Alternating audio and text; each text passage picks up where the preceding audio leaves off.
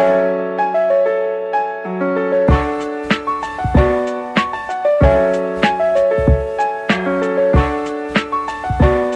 guys! So, and welcome back to my channel. So, kumusta naman kayo guys? Okay, so meron na naman tayong panibagong reading. Tignan natin guys, kanino bang love reading itong masasagap natin. So, alam niyo na yan guys. Ito yung energy ng person mo. Ito yung energy mo. Okay, so bago tayo guys mag-start, gusto ko lang kayo guys pasalamatan sa walang sawang pagsubaybay sa ating mga reading. And kung kayo ay bago pa lang or naligaw ka lang sa ating channel, ayan, mag-subscribe ka na. And huwag mong kalimutan ang ating notification bell para lagi kang updated sa ating mga bagong upload. Sa mga nagtatanong pala guys kung paano po magpa-private reading ay nasa description box po yung link kung paano nyo po ako guys ko-contactin, okay? So ayan guys, start na tayo. Tignan natin ano ba ang nararamdaman sa'yo ng person mo. Ano ba ang nararamdaman ng person mo sa'yo? Kanino po itong love situation? Ano bang nararamdaman ng person mo sa'yo? Ano bang nararamdaman ng person mo sa'yo? Okay. Tignan naman natin sa side mo, ano ba ang nararamdaman mo kay person? Ayan, kung naiinip po kayo sa ating pag-shuffle, pwede nyo na guys i-skip itong ating video and proceed na kayo sa ating reading, okay? Tignan natin, ano ba ang nararamdaman mo sa person mo ngayon? Ano ba ang nararamdaman mo sa person mo? Okay. Ayan. Okay na ba? Tignan natin, ano ba ang nararamdaman ng person mo sa'yo? Paano kanya minahal? Okay, so 4 of Swords. Nararamdaman niya sa'yo ngayon, feeling niya hindi ka pa rin makaalis dun sa sitwasyon. Feeling niya galit ka sa kanya. And grabe, no? Nasaktan ka ata ng person mo ng sobra. Emotionally, mentally, verbally, and physically. So, ayan, mag-ingat kayo guys, no? Kasi 4 of Swords to eh. Sa nakikita ko rito guys, naging aware yung person mo na para bang inupos ka niya. Alam mo yun, parang naupos ka, para kang kandila na unti-unting nawalan ng apoy. Okay? So, yung nararamdaman niya sa'yo guys, naging aware siya na nasaktan ka niya. So, iba dito guys, siguro wala na kayo. No contact. Ayan, tignan natin ano naman ang tingin niya sa'yo ngayon. 4 of Pentacles. Okay, so ikaw ay masyadong secure pagdating sa inyong finances or ikaw ay masyadong matalino. Meron siguro kayo guys pagtatalo patungkol sa inyong kaperahan. Meron kayong mga bagay na hindi po napagkaintindihan itong person mo na to. Kasi 4 of Pentacles, medyo ano ka daw dito eh, secure ka pagdating sa pera mo or ikaw ay masyadong magaling mag-manage ng pera, no? Magaling ka magpadaloy ng pera. So, siguro may business yung iba sa inyo guys. And medyo may pagkaano ka daw dito guys, hindi naman sa pagiging makuripot, siguro alam mo lang talaga kung paano i-value yung pera mo. Alam mo kung saan mo dadalhin yung pera mo. Okay? Or siguro tinuturuan mo din yung person mo kung paano niya i-secure yung kanyang finances. Okay. Kasi parang hindi siya guys aware eh, basta gastos lang ng gastos yung person mo. Tignan natin guys ano naman yung action ni person. 2 of Cups. So maayos nyo rin to guys. Kasi 2 of Cups, may partnership naman sa inyo guys. Nakikita ka ng person mo na para bang may potential pa rin naman dito sa relationship na to. Willing pa rin siya guys ilaban. Mag-work pa rin siya guys. Ngayon talagang hindi lang kayo naging okay kasi may conflict nga po kayo sa pera. Pwedeng dahil din sa trabaho. Siguro hindi kayo nagkakaintindihan. Merong isa dito na busy, walang time. So yung action niya guys, gagawa siya ng effort ulit. 2 of Cups. Nangihinayang rin po ito sa connection yung dalawa. Kung kayo naman guys ay nagsasama pa rin, I think babawi naman sa itong person mo. Overall energy, meron tayong The Magician. I-workout niya talaga guys, oh. Medyo ano siya guys dito. Kasi The Magician, ano yan eh, marami siyang gagawin. So, maaaring ibibigay niya sa iyo yung mga assurance na gusto mo. Okay? Pwede ito rin guys yung hihilingin mo sa person mo kasi parang sa inyong dalawa, mas ano ka, mas matalino, mas alam mo yung ginagawa mo. Yung person mo parang medyo isip bata siya, guys. Okay? Ikaw yung parang bigay ng bigay sa connection yung dalawa. Oo. Pero minsan parang ngang nauubos ka rin. So, ngayon nakita ko babaliktad yung sitwasyon. Siya yung parang susuyo ng susuyo dito, guys. Babawi itong person mo sa'yo. Tignan natin yung bottom of the deck, guys. Meron tayong, wow, 4 of Wands is celebration. So, mukhang papunta rin, guys, sa wedding to. And meron po ako nakitang, siguro may pagtatalo lang kayo kasi nakalimutan yung monthsary, anniversary, or special event sa inyong dalawa. So, may celebration daw po dito, guys, eh. Parang meron siya, guys, parang gusto kanyang i-surprise. Meron siyang gift sa'yo. Kasi nga may celebration dito. Tignan natin, guys. So, sa side ng person mo, malakas ang energy ng fire sign, Aries, Leo, and Sagittarius, Aquarius, Gemini, and Libra, Capricorn, Taurus, and Virgo, and Cancer, Pisces, Scorpio. Pero malakas po ang Pisces. Sa earth sign, malakas po ang Capricorn and Virgo. Sa air sign, Aquarius. Yan. So, sa fire sign naman, guys, lahat. Aries, Leo, and Sagittarius. So, tignan naman natin, guys, sa side mo. Anong nararamdaman mo sa person mo? Wow, Queen of Wands. Talagang ikaw ay kinikilig, no? Temptation. Feeling mo lagi ka na lang yung tinutukso. Alam mo yon, siya yung tukso na mahirap iwasan. So, nandun pa rin yung love, nandun pa rin yung pagmamahal, nandun pa rin yung apoy ng pagmamahal. Hindi pa rin yan, guys, nawawala, no? Sa nakikita ko sa'yo. And marami naman din, guys, pumupukaw sa attention mo. Hindi lang din yung person mo. Maraming tukso sa paligid mo, oh.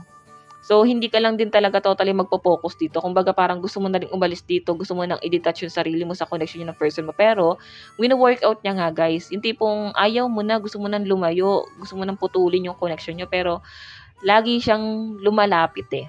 So, ikaw, naguguluhan ka, ano na ba talaga yung gusto mo? Bakit ginagawa mo to? Ano ba intention mo? Yan. Tignan natin ano naman ang tingin mo sa person mo. The world. So, nasa malayo siguro si person. I think maraming tukson lumalapit din sa person mo. Kaya parang ikaw nahawa ka din doon, no? Siguro, guys, medyo tong person mo. Mabulaklak siya magsalita eh. Magaling siyang magsalita, magaling siyang mambola. Nabobola ka niya at kaya niya rin, guys, bulahin yung ibang tao. Oo. Ibang tao, so ibig sabihin may chance na magkaroon ng third party rito, guys, pag hindi nyo na-settle itong relationship na to. Lalo na iba rito, guys, parang may pagdududa. Pero sa ngayon, guys, wala pa ako nasi-sense dito. Kung meron man, I think nangyari na siya from the past, then parang win-workout siya, no? Tignan natin yung action mo. Wow, 8 of Wands. So, may travel, may communication. So, maaaring iba rito, guys, meron kang sinesend na message or pwedeng ikaw yung hindi makatiis din. So, alam mo yon, magre-reach out si person mo tapos ikaw dali-dali. O, sige. Kinikilig pa. Yan ang nakikita ko, guys. Nanginginig pa. So, may communication, guys. Kung wala kayong contact ng person mo, nag-cool down muna iba sa inyo, guys, nagpahinga, nag-relax muna. So, I think nakikita ko, guys, may communication na mangyayari, may magre-reach out dito. Tignan natin yung overall energy. 5 of Wands, alam mo po, ulit-ulit na scenario lang to, guys. Kung hindi nyo raw po aayusin itong relationship nyo, ay parang lagi siya, guys, pagtatalo, lagi na lang pa-worse itong energy na to. Hindi nyo talaga, guys, maiiwasan. Yung overall energy mo, yung person mo lahat ginagawa para sa connection yung dalawa. Nakikita ko na may mga effort siyang ginagawa. Pero ikaw kasi parang feeling ko, trigger warning, guys, hindi ko naman nilalahat. Kasi nasa side mo yung 5 of Wands overall energy mo. Lagi may gumugulo sa isip mo or laging hindi mo maiwasan na hindi magalit sa kanya. May mga dinedemand ka kasi na maaring hindi niya, guys, kayang gawin or wala pa siyang ginagawa, no? Hindi mo siya nakikitaan na para bang nag-e-effort siya patungkol sa connection yung dalawa. So, malinaw ang pinapakita sa akin na sa inyong dalawa, parang ikaw yung laging mainit ang ulo or ikaw yung parang may mga demand dito. Meron ka lang pakiusap na gustong gawin nitong may pakiusap ka lang sa person mo na gusto mong gawin niya, pero yun nga, guys, masyadong busy si person mo, hindi niya magawa. May iba siyang inaasikaso. So, I think hindi kanya mapagbigyan sa gusto mo mangyari. Overall energy or bottom of the deck, 7 of Wands, mas pipiliin mo yung peace of mind mo dito. Kung wala siyang gagawin dito, guys, nakikita ko na parang maglalaylo ka dito, no? Magko-cool down ka, magre-relax ka, lalayo ka, gusto mo na ng peace of mind sa malayo. Okay? Yan yung nasa-sense kong energy mo. Though, tukso naman talaga si person. Baka naman kasi, guys, itong person mo ay committed pa kasi sa iba. Okay, kaya siya mag-reach out dito kasi parang ang sinasabi sa akin, guys, gusto mo na niyang ayusin yung connection niya dito sa karelasyon niya. Okay? Then, after nito guys, pag nasettle na niya, gusto na niyang bumalik. Kasi parang magulo pa yung isip mo rito guys. Okay? Tignan natin guys, ano naman yung future dito. Future. Susuyuin ka pa rin ito guys. Nakakatuwa yung energy. Okay. So, nakalimutan ko sabihin, sa side mo pala, dali lang, balik natin.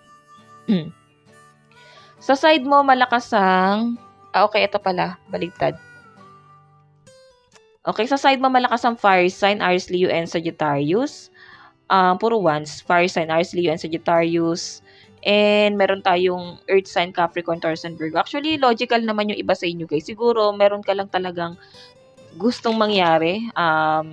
Medyo insensitive yung person mo. Siguro gusto mo mabago yung ugali niya. O yung pag-uugali niya na yan, guys.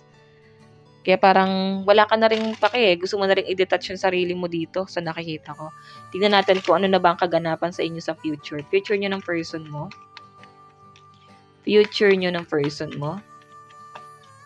Meron tayo, oh my God, blessing.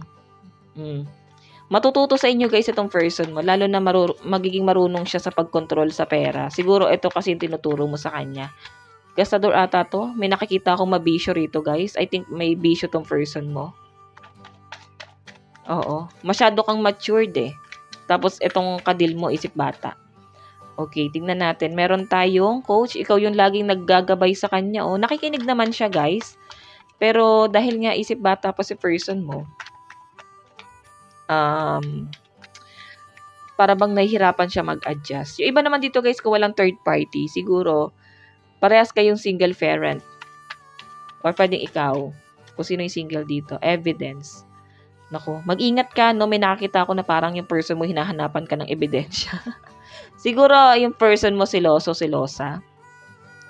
Oo. Hinahanapan ka niya ng evidence eh, oh. So, kung may mga tukso sa'yo, yung person mo para bang hindi siya papayag. Na basta-basta mo lang siyang i-abandonahin ng ganyan. Tignan natin ang inyong love advice. Pero may blessing eh. Magiging maayos ang daloy ng pera nyo, lalo na naturuan mo siya, oh. Parang mag-work pa rin to, guys. Okay, past lives. So, we reunite with our loved ones over and over again through many different lives. So, I think past life, really, parang past lover mo siya sa, past life. Oo. So, I think kaya nangyayari sa inyo to, meron kayong unfinished business nito ni person. Tignan natin. Oh, I love you agad, oh. I want you and I love you. Yan yung mensahe niya sa'yo. Tignan natin ano ba ang message ngayon sa'yo ng person mo. I knew exactly what I was doing. So, medyo matigas nga ang ulo ng person mo. Oo. Kaya kailangan magkaroon ka ng power dito. Matigas ulo niya eh. Mahirap siyang kontrolin. I love you. So, mahal ka niya guys. Yun nga lang, ayaw niya nang i-under mo siya. It was my fault but I blame you. Kasi nga guys, ikaw yung pinaka-matured eh. So, may mga kasalanan siyang nagawa pero ikaw yung i-blame niya. Kasi feeling niya kaya siya may mga pagkakamali kasi na-pressure daw siya. Na-pressure daw tong person mo. No? So, I hope that you can forgive me one day. So, sabi sa inyo guys, mag-reach out pa rin sa inyo to. Gusto niya pa rin na patawarin mo siya soon. Kung nagsasama pa rin kayo guys, I think mahirap nang kunin yung loob mo ngayon kasi nasira na nitong taong to. Okay? So guys, ito lang naman ang inyong love reading. Kung nagustuhan mo, mag-iwan ka ng like and comment. Mag-subscribe na rin po kayo guys sa ating YouTube channel. Bye-bye guys. God bless and love you all. Thank you.